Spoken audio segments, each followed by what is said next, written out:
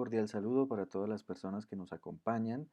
En este espacio voy a tratar de corregir los problemas que tuvimos en la sesión en la que abordamos un análisis de coyuntura que preparé para todas, para todos, que se titula Gramsci y Agamben, estrategias y lucha política en el contexto actual de la movilización. Esto, como digo, pues con el ánimo de mejorar lo que procuramos hacer en la sesión que nos encontramos y que desafortunadamente debido a las fallas técnicas, al problema de señal de internet y problemas de sonido, pues no logramos hacer de manera adecuada. Entonces, pues un saludo para todas, para todos. Eh, Voy aquí a hacer un pequeño movimiento para poder compartir lo que preparé para todas, para todos. Espero que pues además hice unos complementos, una presentación que permita acercarnos de manera más adecuada, más oportuna a pues lo que preparé, ¿no? Entonces, como ya lo saben, este es un análisis de coyuntura en relación a lo que estamos viviendo en el día de hoy y bueno, pues daré lectura al texto. Escribo estos apuntes de manera espontánea, quizás por ello con la dificultad de que logren ser lo más ordenado posible. En efecto, la situación actual del país nos exige un pensamiento y una sensibilidad oportunos conforme suceden los acontecimientos, cuya complejidad y velocidad hacen difícil un análisis completo de la situación. De manera que estos son apuntes básicos que buscan responder la siguiente pregunta. ¿Qué aporta el pensamiento de Gramsci y Agamben para comprender las estrategias de lucha política que se están dando en el contexto actual de movilización social? ¿Por qué estos autores? Por un lado, Gramsci hizo objeto de análisis el proceso de organización política de sectores populares en un contexto complejo como fue la Italia de principios del siglo XX y que desembocaría en el fascismo de Mussolini. Agamben ha estudiado por su parte el concepto de estado de excepción y ha propuesto las categorías de nuda vida y homo sacer para comprender las dinámicas autoritarias y totalitarias que se dan en el Estado de Derecho de la modernidad. Por eso, para tal fin, divido mi intervención en dos partes de acuerdo con cada autor. Bien, en la primera parte abordaremos a Gramsci desde las categorías de relaciones de fuerza y voluntad colectiva. Nadie podría poner en duda que estamos en un momento coyuntural en el país. Desde este principio, diversas fuerzas sociales y políticas convergen para ganar terreno en el ámbito público y lograr posicionar sus reivindicaciones y visiones del mundo. Gramsci también se interesó por comprender los procesos sociales, distinguiendo movimientos, fenómenos de coyuntura, que son, cito, ocasionales, inmediatos, casi accidentales, dependientes de movimientos orgánicos, cuyo significado no es de gran alcance histórico y sobre los cuales es posible realizar crítica política cotidiana. Entre tanto, también distinguió los movimientos, fenómenos orgánicos que son, cito, relativamente permanentes y dan lugar a la crítica histórico-social que afecta a las grandes agrupaciones más allá de las personas inmediatamente responsables y más allá del personal dirigente. Así, se infiere que los momentos de coyuntura tienen un alcance proporcional a los movimientos, fenómenos orgánicos. En este sentido, se hace necesario comprender las relaciones de fuerza que están en juego y su lugar, en primer término, en lo orgánico y luego en lo coyuntural. En la medida en que se haga este balance, será posible comprender las tensiones sociales y las posibilidades de cambios orgánicos profundos. Pues bien, lo orgánico se va configurando de manera silenciosa, cotidiana, paulatina y constante, y por eso aparentemente son de menor importancia este tipo de movimientos o fenómenos que lo coyuntural. Sin embargo, es en este proceso que se van decidiendo las relaciones de fuerza.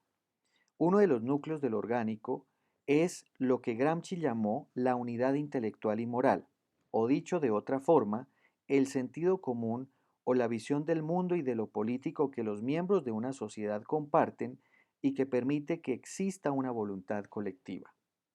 Esta se logra gracias al liderazgo social y pedagógico de los sectores de la sociedad y en virtud de ello configuran la hegemonía.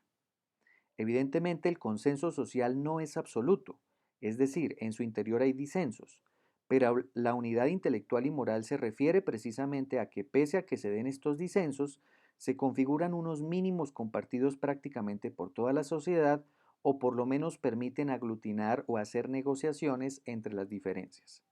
Partiendo de estas premisas, se infiere que la estabilidad social es proporcional al consenso que implica ese sentido común compartido, el cual es capaz de darle sentido y justificar las jerarquías, relaciones de poder y hasta formas de explotación en el orden vigente o realizar las negociaciones requeridas para mantener la estabilidad de dicho orden.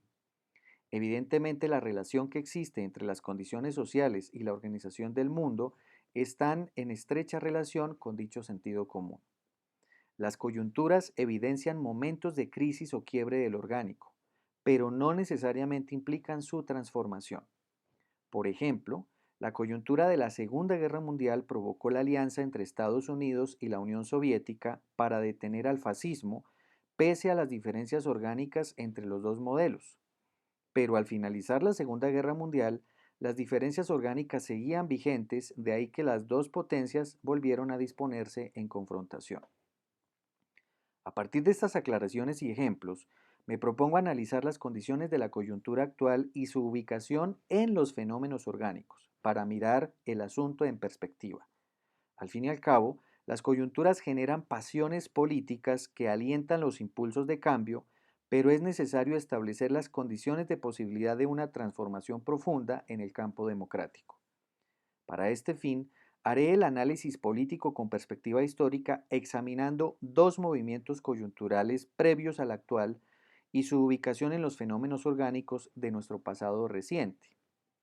Por un lado, en primer término, la coyuntura expresada en la séptima papeleta en 1990 que se dio en el marco de la cruda violencia de los 80, en la que confluían el conflicto armado y el auge del narcotráfico como fenómenos orgánicos. En efecto, esta coyuntura no fue la causa que provocó el cambio político, fue más bien consecuencia del contexto orgánico anteriormente mencionado que exigía un reacomodamiento de las fuerzas sociales. En otros términos, la coyuntura de la Asamblea Nacional Constituyente fue la manera como se canalizó el reacomodamiento de los fenómenos y movimientos orgánicos.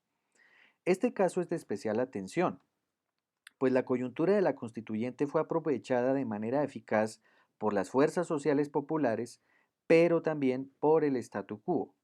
En efecto, gracias a esta coyuntura las fuerzas sociales populares ganaron terreno, pues se ampliaron las reglas de participación democrática, se reconocieron como sujetos políticos a los pueblos indígenas, afrodescendientes y rum, se dieron pasos en la construcción de un Estado laico y se fracturó por completo el sistema bipartidista, abriendo la posibilidad de creación de múltiples partidos y formas de participación. Pero las fuerzas sociales de élite también ganaron, pues aprovecharon la constituyente para asegurar la descentralización de la administración pública y amarraron las relaciones de dependencia entre el Ejecutivo, el Legislativo y los órganos de control, afectando gravemente la independencia de poderes e individualizando la tutela de derechos. Estas estrategias serían claves para los ajustes legislativos que se vendrían en años posteriores, para que las élites nacionales lograran ajustarse al contexto internacional que estaba exigiendo la apertura económica y la privatización como plataforma para la globalización.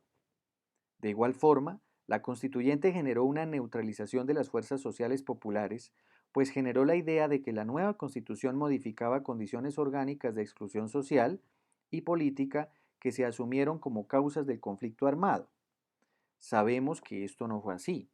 El clientelismo y el gamonalismo son fenómenos orgánicos de vieja data, y eso no cambió, sino que se adaptó a la nueva constitución.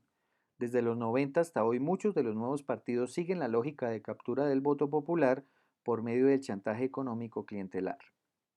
Entre tanto, la complejidad del conflicto armado como fenómeno orgánico había adquirido unas dimensiones distintas por el narcotráfico. Por eso se recrudeció llegando a sus niveles más altos de degradación. Las guerrillas aumentaron sus estrategias de secuestro, extorsión, para poder mantener su dominio territorial y enfrentar al paramilitarismo que le ganaba espacios.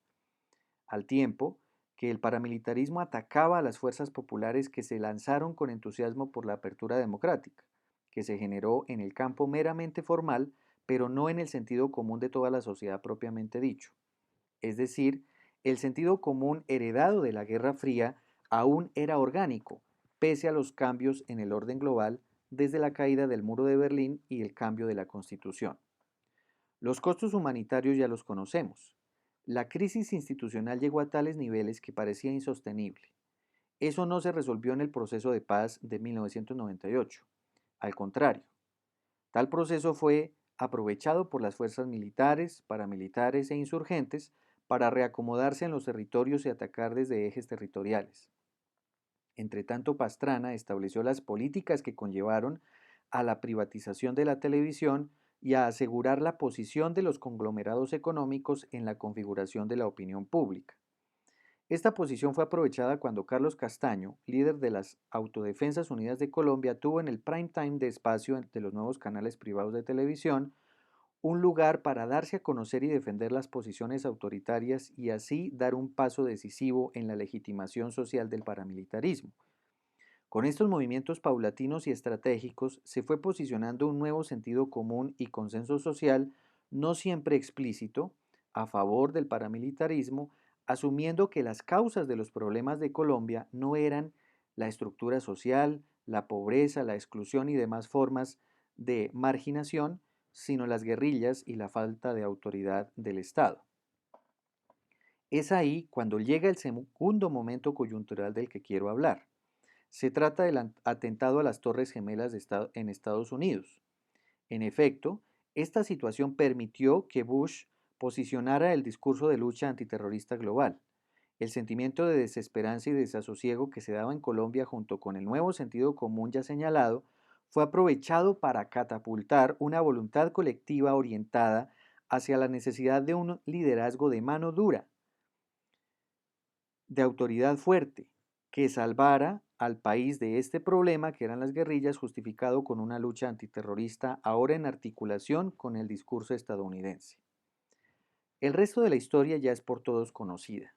De manera orgánica y paulatina, la bandera de la seguridad democrática se posicionó a tal punto de consenso social mayoritario que logró modificar la Constitución y mantenerse en el poder de gobierno 8 años, sin que las fuerzas sociales populares de oposición lograran contener este proceso.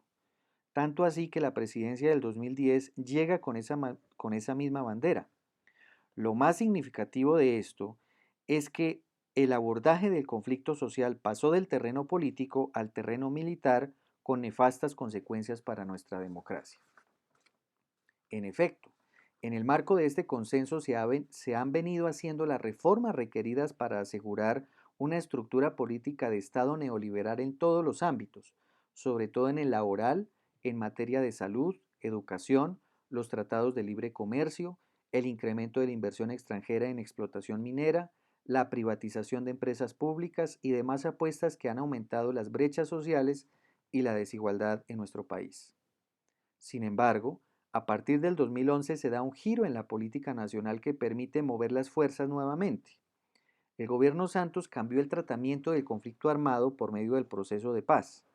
Sabemos las complejidades que implicó esto, pues el sentido común ya existente sobre el conflicto armado estaba lo suficientemente subjetivado y objetivado, lo cual se expresó en los diversos debates y disensos en torno al proceso de paz, la división a nivel nacional y el reacomodamiento de las élites políticas y económicas que ya no estaban en consenso unificadas, sino que empezaron a dividirse en torno a la cuestión.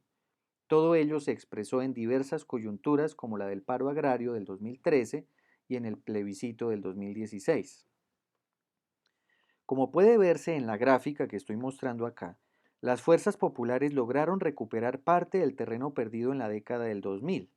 El trabajo de las diversas fuerzas sociales populares, entre las que se encontraban principalmente algunos movimientos de víctimas del conflicto, junto con la campaña del gobierno, lograron mover el sentido común heredado de la primera mitad del siglo XXI, perdón, de la primera década del siglo XXI, pero no lo suficiente.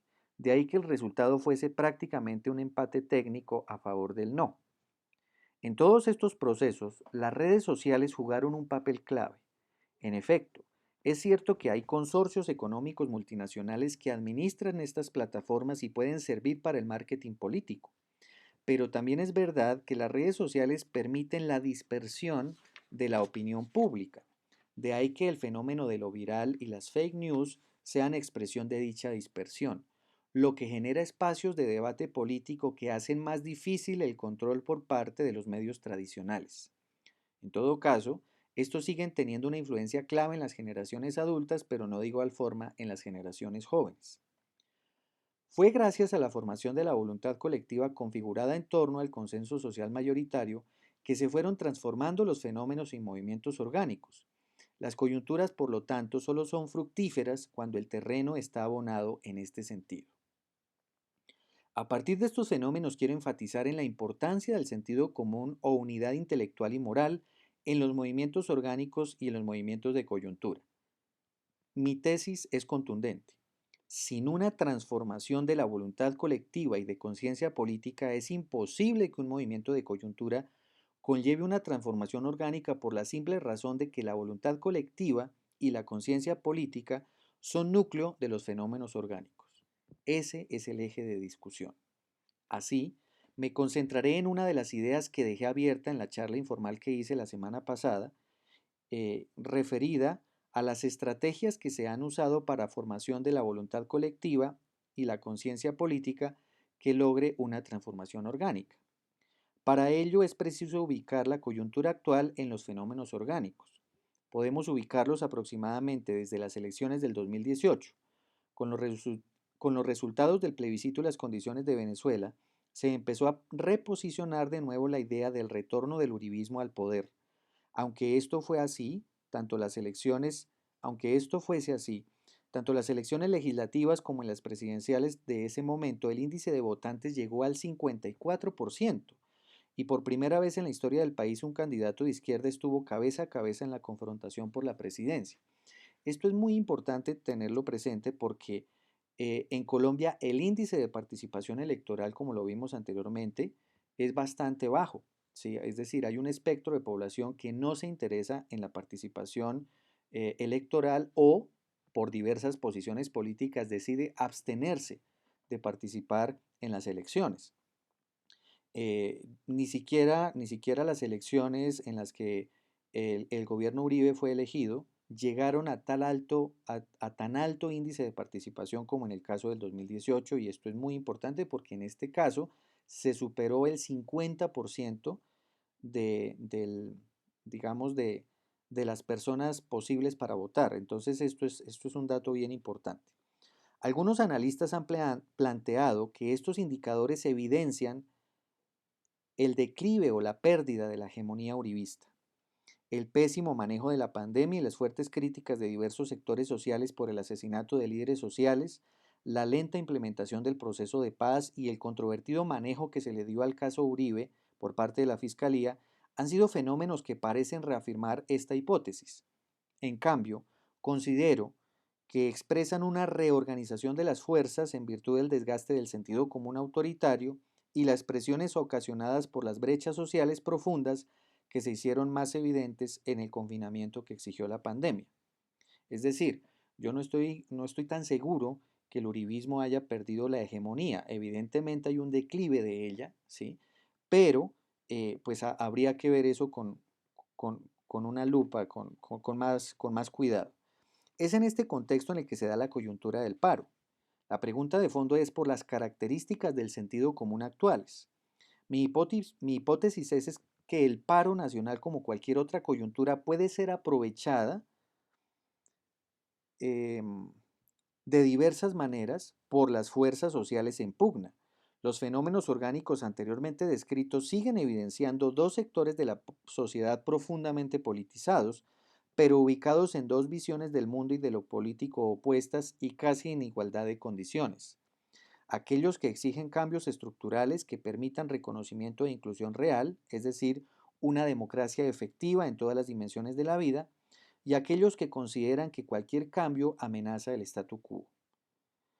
La balanza sin duda todavía se inclina a las voluntades colectivas tradicionales o conservadoras. Evidentemente hay matices entre estas dos visiones de lo político. lo que algunos analistas llaman el centro. Sin embargo, los ubico en estos dos espectros en la medida en que también están politizados, pero unas veces parecen estar adheridos a una o a otra visión de lo político. Sin embargo, lo que considero es que la clave no está ahí. La gran mayoría de la población indecisa o al menos desinteresada de lo político y despolitizada debe ser el objeto de atención y de hecho siempre ha sido el objeto de interés en procesos coyunturales, sobre todo en elecciones. Por eso, la clave de esta cuestión es entender la manera como este tipo de voluntades individuales se adhieren a determinada visión del mundo en momentos coyunturales como este o en un proceso de elecciones parlamentarias o presidenciales que precisamente es lo que se avecina para el próximo año. Me referiré entonces a estos sectores de la sociedad indecisos y despolitizados, si se puede decir de alguna forma. La cuestión de con qué visión del mundo se identifican no tiene nada que ver con su nivel de ingresos, ya que a este sector pertenecen personas de cualquier acceso cultural y nivel socioeconómico. Tampoco su posición de clase es determinante, ya que hay otros factores como lo racial y el género que están en juego. También la edad, por ejemplo. Por ejemplo, aunque prácticamente la sociedad colombiana es mestiza y por lo mismo por sus venas corre sangre indígena y afrodescendiente, no por ello se identifica con las luchas y reivindicaciones de estos sectores racializados. Lo mismo sucede con las relaciones de clase. Es cierto que es mucho más común que las personas con privilegios se identifiquen con los sectores privilegiados y el statu quo, pero no sucede lo mismo con los sectores marginados y con las clases medias. Por un lado, las personas en condición de pobreza luchan por su subsistencia y por salir de esa condición y tampoco querrían que su identidad se reduzca a ella. Por el otro, las clases medias o son sectores venidos a menos o son personas que vienen ascendiendo socialmente por procesos de lucha y competencia individual. Estas circunstancias hacen que las clases medias se identifiquen con los sectores hegemónicos y privilegiados, pues buscan acceder a los mismos privilegios y están buscando desmarcarse o limpiarse de la precariedad. Aunque se esperaría que los sectores emergentes tuvieran cierta empatía con los sectores precarizados, pues provienen de ellos, no siempre esto sucede, ya que se naturaliza la idea de que el ascenso social es producto de un esfuerzo desmedido que le da un valor de mérito a su posición social alcanzada. Por eso las clases en ascenso aborrecen las políticas sociales y sobre todo las políticas asistencialistas, porque en cierta forma deslegitiman esa lucha individual que dieron o ponen en duda el valor de mérito de sus esfuerzos individuales que les permitió ascender. En este sentido, las prácticas sociales y culturales de ascenso social funcionan como elemento orgánico para asegurar, si bien no la conciencia política ni la politización de estas voluntades individuales, al menos sí la neutralización de intereses contrarios al statu quo. Por eso existen grandes posibilidades de que un mediano o pequeño empresario o un trabajador con condiciones de vida relativamente estables o por lo menos que le garantizan acceso a bienes culturales y económicos no se adhiera a un paro, ya sea porque un bloqueo vial entorpezca su trabajo y genere pérdidas, o ya sea porque adherirse a un paro suponga la amenaza de perder dicho trabajo. Para finalizar esta sección, quiero llamar la atención sobre los sectores marginados y excluidos. La politización de estos sectores es clave y puede ser producto de las circunstancias de exclusión que generan procesos de solidaridad y de organización colectiva. Pero esto no es sencillo en un contexto en que la violencia sobre los líderes sociales y los procesos organizativos se ejerce sin ninguna oposición explícita de parte del gobierno. Por otro lado, las políticas asistencialistas sobre las personas en esta condición puede generar en algunos casos una mayor subalternización, ya que dichas políticas son paliativos que no resuelven los problemas orgánicos y solo permite a las personas su subsistencia. Ya mencioné las percepciones que generan estos fenómenos en los sectores emergentes y, por supuesto, en los sectores privilegiados. En este sentido, las políticas asistencialistas no solo no generan empatía, sino aporofobia.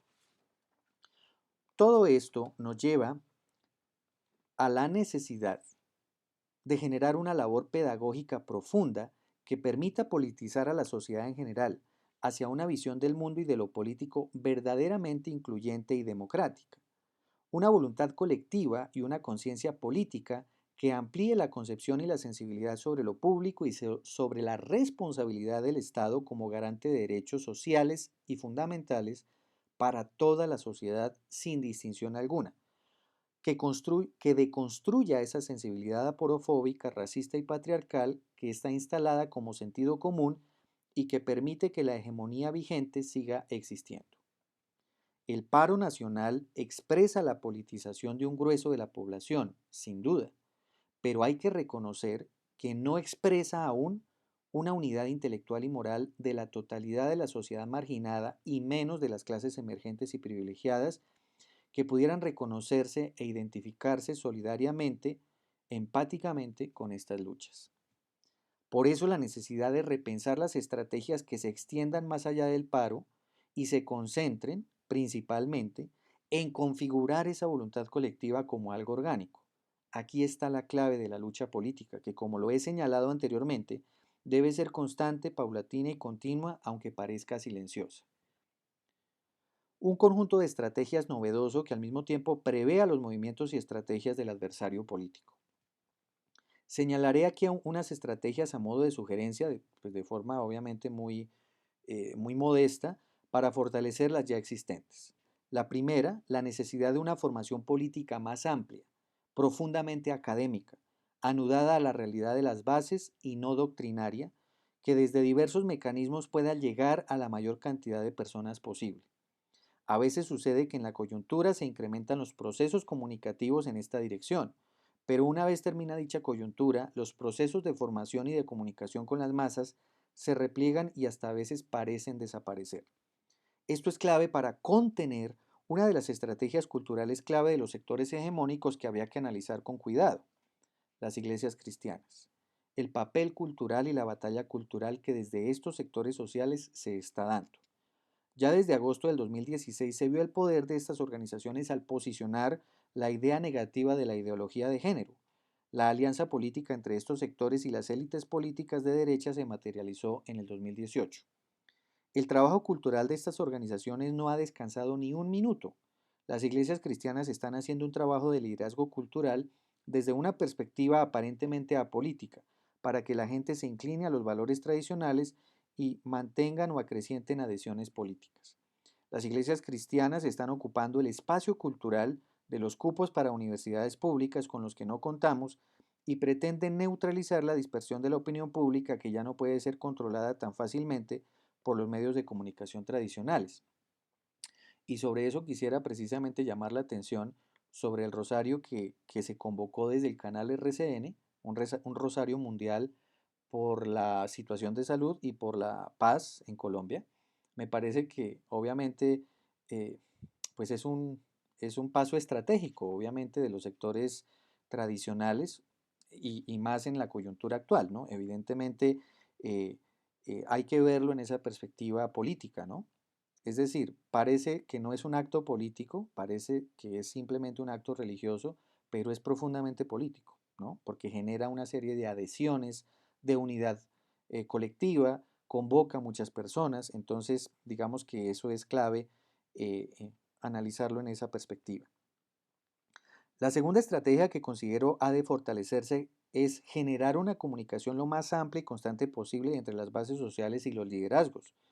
Muchas veces los sectores alternativos replican la misma estructura jerárquica del statu quo, desconociendo las diversas voces y pareceres de la sociedad. En tercer lugar, reconocer que en lo político no es suficiente contentarse con conversar y discutir con el que piensa como uno. Al contrario, se necesita entender y escuchar cómo piensa el adversario político, cómo piensa la persona indecisa, cómo siente, qué argumentos usa, qué prácticas ejerce para entender la lógica de su proceder y prever sus movimientos y comunicarse con un lenguaje que desde su propia lógica permita establecer rupturas en el sentido común, algo así como una especie de estrategia de caballo de Troya.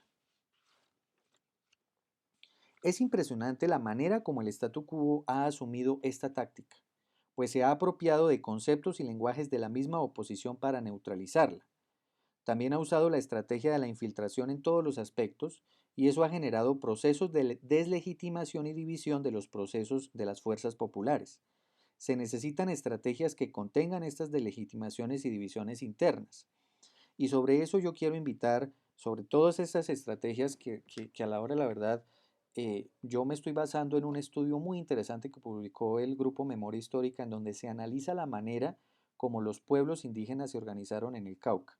Es un proceso de largo aliento que prácticamente tiene una historia que viene prácticamente desde la década del 20, de la década del 30 del siglo pasado, con Manuel Quintín Lame, con la recuperación de los resguardos, etcétera, pero sobre todo con los procesos de organización que fueron llevando a la recuperación de espacios como, pues, como los cabildos indígenas, ¿no? Que estaban capturados por sectores politiqueros, digámoslo así, pero también la organización que fue llevando a que se creara el CRIC, que se creara la ONIC, ¿no? Entonces, para mí, estos movimientos sociales y la minga indígena expresan una unidad intelectual y moral de ese sector de la sociedad, una unidad popular que es profundamente orgánica, que no es coyuntural, sino que se mantiene a lo largo del tiempo y ese tipo de procesos es al que hay que prestarle atención, porque, digamos, se vuelven un referente de organización colectiva, ¿no?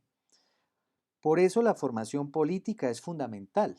Se requiere examinar y deconstruir el sentido común que permite naturalizar el statu quo y articular las fuerzas sociales populares que, aunque tienen intereses comunes, tienen exigencias particulares.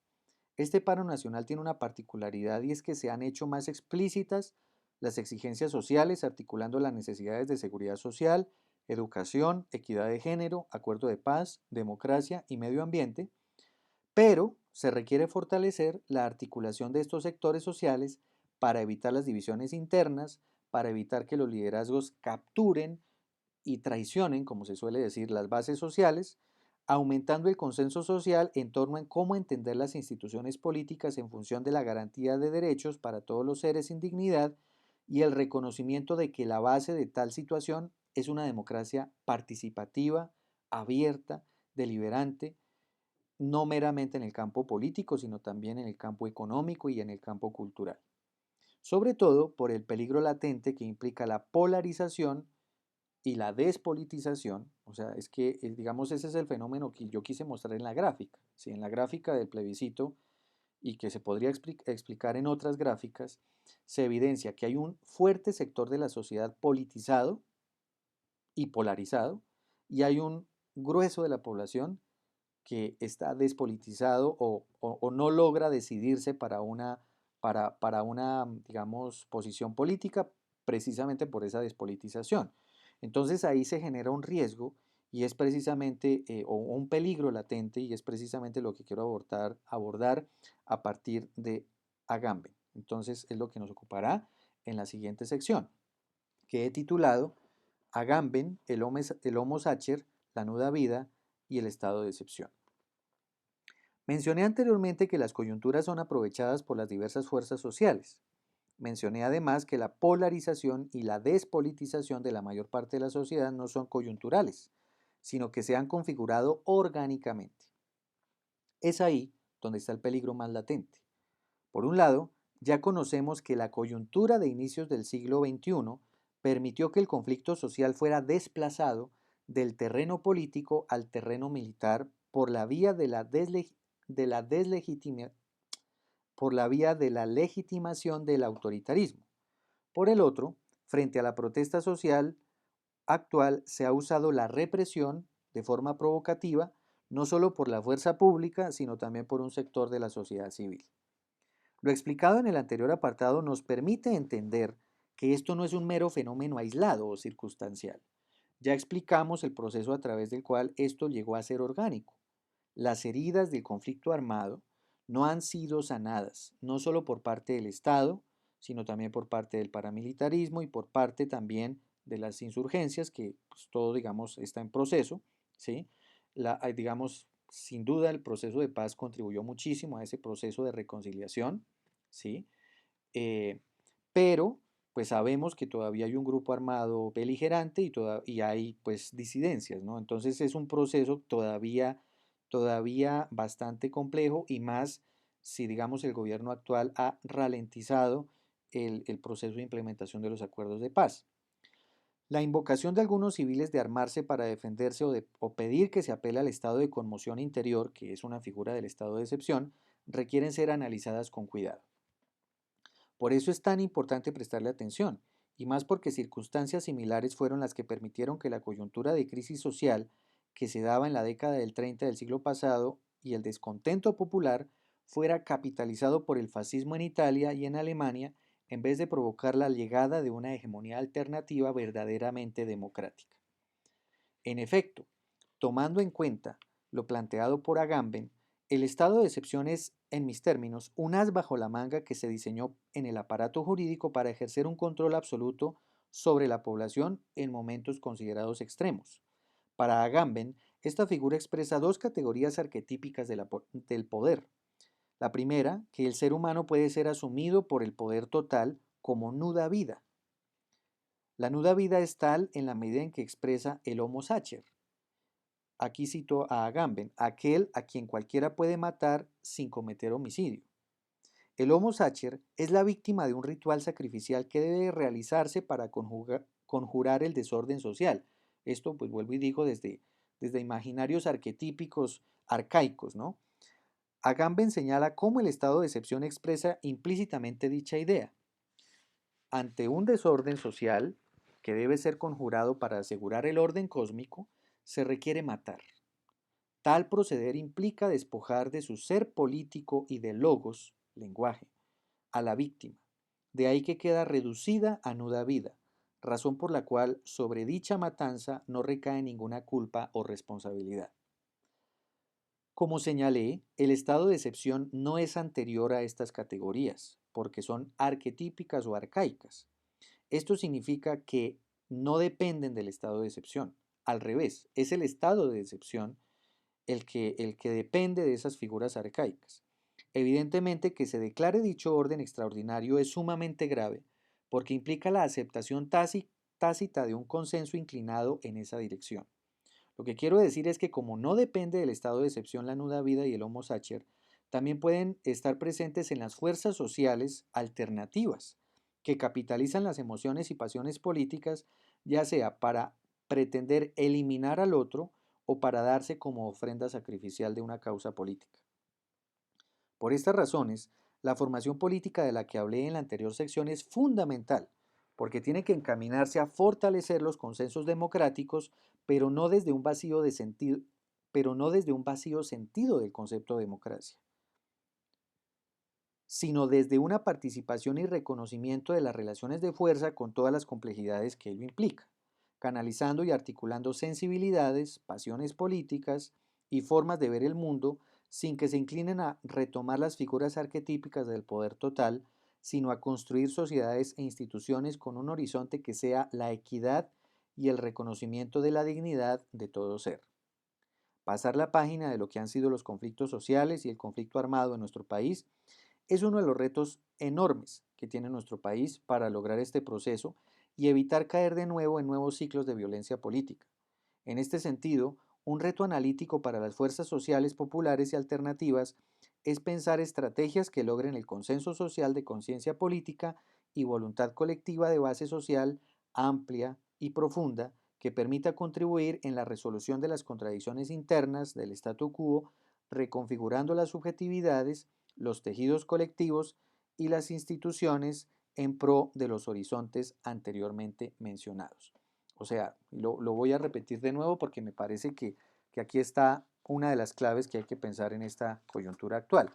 Un reto analítico para las fuerzas sociales, populares y alternativas es pensar estrategias que logren el consenso social de conciencia política y voluntad colectiva de base social amplia y profunda que permita contribuir en la resolución de las contradicciones internas del statu quo, reconfigurando las subjetividades, los tejidos colectivos y las instituciones en pro de los horizontes de la equidad y el reconocimiento de la dignidad de todo ser. Bueno, pues les agradezco la atención y pues aprovechando que ayer se dio un debate muy interesante pues en la conversación que sostuvimos, las personas que logramos conectarnos, yo quisiera precisamente pues compartir algunas de las preguntas de nuestra audiencia. Algunos compañeros, compañeras me compartieron algunas de sus preguntas a través del Hangouts de nuestro correo institucional. Por eso las voy a compartir aquí porque me parecen muy interesantes y pertinentes y enriquecen la discusión. Bueno, una compañera planteó lo siguiente.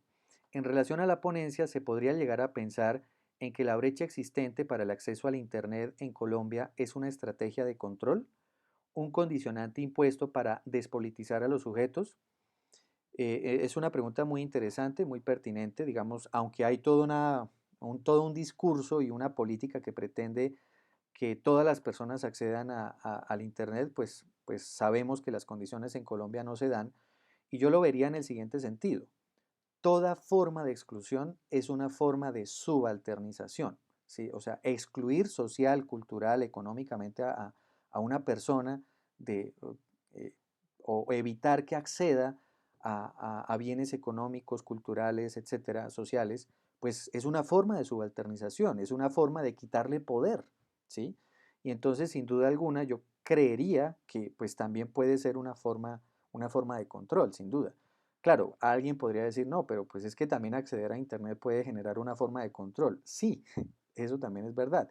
Pero creo yo que las formas de exclusión, pues también, y quizás son formas de exclusión más, digamos, más eficaces para asegurar que la sociedad se mantenga a raya y no se oponga a determinadas formas orgánicas de, de estructura social, ¿no? Bien. La segunda pregunta que plantea la compañera es, ¿también la despolitización puede ser un resultado de la escuela, de cómo se ha educado? Sin duda, sí, porque en cierta forma, y esto pues Freire lo planteó, ¿no? Digamos, la formación política del maestro es clave en cualquier proceso, ¿no? La formación política del maestro es clave en la forma, porque se traduce en la forma como diseña su currículo, cómo se relaciona con sus estudiantes, con los padres de familia, con las temáticas que escoge para trabajar, ¿no? Entonces, yo creería que habría que pensar, más que si ha sido el resultado también de la escuela, más bien preguntarnos no solo eso, sino también qué tipo de formación política recibimos en la escuela, ¿sí? Y hacia qué sector de la sociedad, digamos, se inclina esa formación política, ¿sí? Entonces me parece clave eso, ¿no? Además porque la organización colectiva del magisterio, por ejemplo, o de los profesores universitarios, es un objeto de análisis que habría que poner ahí como parte de la discusión, ¿no? Entonces sí creo que habría que pensarlo en esa dirección. Otra pregunta que se plantea es, ¿lo tecnológico es un aparato ideológico, el Internet? Althusser lo propone. Bueno, pues Althusser hizo sus análisis década del 60, del 70. Para ese entonces, pues el Internet pues, no existía como lo conocemos, ¿cierto? Por eso sus reflexiones, pues digamos, alcanzaron a pensar los medios de comunicación como parte del aparato ideológico del Estado, ¿sí? Por unas lógicas y pues, por ejemplo, en el caso colombiano lo vimos porque pues ya mencioné que digamos, la televisión fue privatizada prácticamente a comienzos a finales del siglo XX en Colombia y pues ha funcionado para moldear la opinión pública, pues para organizar la opinión pública, ¿no? Sin embargo, precisamente el Internet, como lo decía, dispersa la opinión pública, las redes sociales dispersan la opinión pública y por eso ya no podría pensarse desde las categorías altusserrianas ese fenómeno, habría que pensarlo desde categorías más amplias, como lo que plantea Castells o lo que plantea Byung-Chul Han, ¿no? Porque, pues, digamos que me parece que iría como en esa lógica, ¿no? Bueno, la compañera también planteó, cuando hablabas de Paulo Freire, al final pensaba en relación con lo que desarrollaste, que esta sociedad apática a lo que ocurre, quienes no votan, son como los oprimidos que se acomodan, digo, opresores que pasan de ser oprimidos a opresores. La sociedad media es ese opresor oprimido acomodado, o bueno, no sociedad media, clase media, y no todos claramente, ¿no?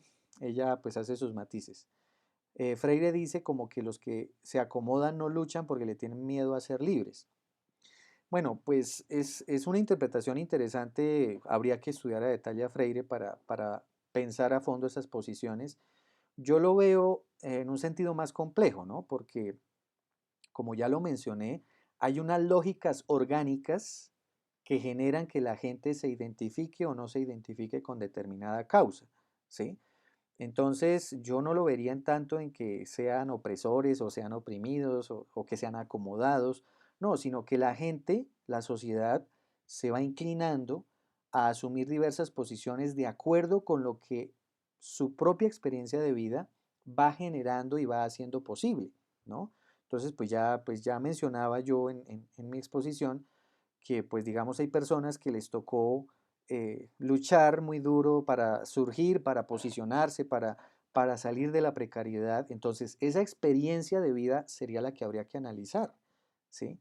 Porque esa experiencia de vida está atada a un orden social, a una organización social, ¿sí?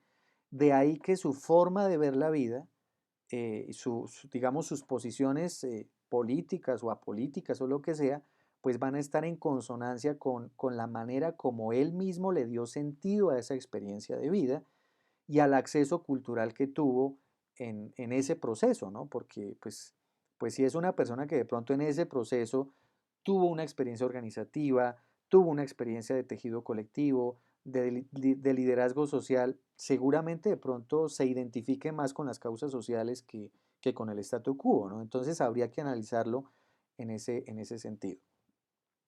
Bien, finalmente, pues tenemos un comentario de agradecimiento, voy a leerlo. Una compañera dijo, agradezco el espacio, me gustaría si es posible una segunda sesión para seguir abordando el texto, habiéndolo leído nosotros. Em, Tuve también problemas con el internet, no escuché varias partes de su escrito, quedo atenta a la circulación del mismo, muchas gracias. Bueno, entonces pues digamos que con el ánimo de responder esta solicitud de la compañera y de muchos compañeros que plantearon la necesidad como de circular estos planteamientos que ofrezco a todas y a todos, pues por eso fue que decidí montar digamos, esta nueva versión mejorada con imágenes para que todos puedan, digamos, seguir algunas ideas clave que planteo. Entonces, pues yo los invito a que aquí en este canal de YouTube eh, escriban sus comentarios, sus preguntas y me parece interesante que organicemos una nueva sesión. Entonces, la idea sería que a partir de las preguntas y comentarios que ustedes propongan aquí en el canal de YouTube, yo las recogería y trataría de organizar unas ideas en torno a esas preguntas y hacemos una nueva sesión para conversar la próxima semana. Esa sesión la podemos hacer también por Meet. Voy a tratar de mirar cómo hacemos para que también se pueda resolver esos problemas técnicos, ¿cierto? Para que pues no nos suceda lo mismo que nos sucedió cuando pues tuvimos nuestro encuentro, ¿sí? Les agradezco mucho a todas, a todos. Voy aquí pues ya a dejar de presentar. Eh, para mí estos espacios son fundamentales, los necesitamos, necesitamos estar en consonancia con este tipo de procesos, tener un espacio de reflexión, de análisis, porque me parece a mí que las posiciones, que las estrategias que se tomen desde diversos sectores de la sociedad son proporcionales a la profundidad del análisis. Y eso es lo que necesitamos, profundidad de análisis para lograr, pues realmente lo que planteo aquí, transformaciones orgánicas, que es lo que necesita nuestra sociedad, una sociedad verdaderamente democrática, una sociedad verdaderamente incluyente, en la que nos sintamos todos recogidos y reconocidos. Muchas gracias para todas, para todos, y espero que eh, este, este, mm, este proceso de conversación haya sido nutrido eh, para todas, para todos. Espero que sigamos en contacto y sigamos discutiendo este tipo de procesos. Muchas gracias.